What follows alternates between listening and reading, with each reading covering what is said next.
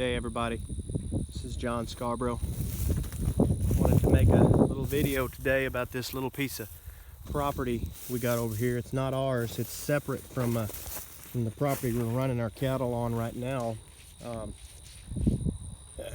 This is about 12 acres. Well, I think it's actually 16 acres, but part of it's just woods and a little washout and stuff, and then there's a decent sized pond. The nice part about it is the pond is right smack in the middle of the place, so that's kind of nice. But I've only got about 12 decent grazing acres. Excuse me, I got a little something on my camera there. But what I wanted to say is this property is a very grown up piece of property. Now, last year, I mean, the fences look awful. Last year I was actually able, I put up one fence on that end across there. You can't even see it right now. That brush is 7-8 foot tall. But I put up that fence, and that made a difference. I was able to put 9 older mama cows over here, just to kind of graze the place for a little bit. I had them over here probably 6 months until it was time to feed hay, and then I took them back.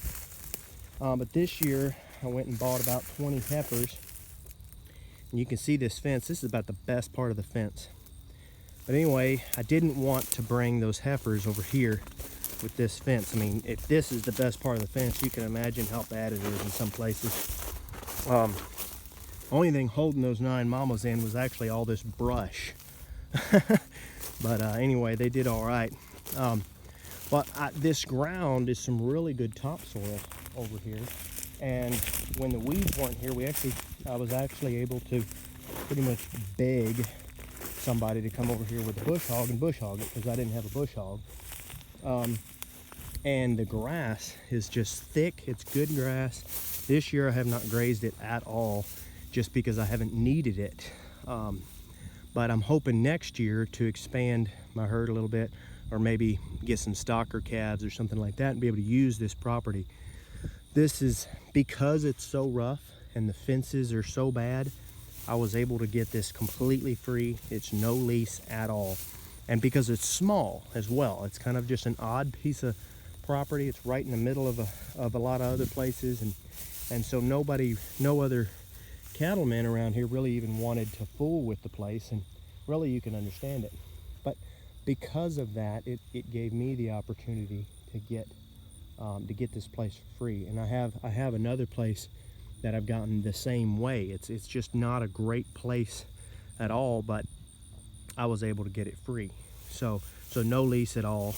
So no pay on the lease was what I mean. The only pay I have is labor, and it's a lot of work. I'm not gonna lie. I mean, you can see we got some pretty rough stuff. We got to clean all this up. But what we're hoping to do this year is it was already done at one time, but a lot of the posts are gone.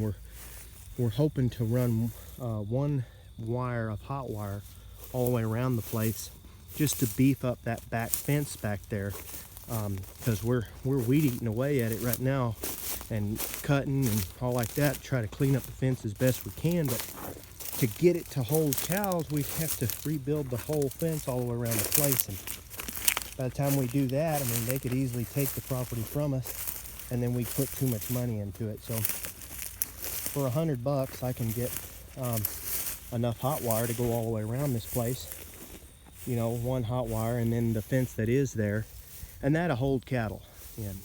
So I just wanted to, you know, run a hot wire around here and get this working pretty good. But I just wanted to talk about like ways you can do that. You can find people with small pieces of land, place that maybe used to have cows on it, and now it doesn't anymore.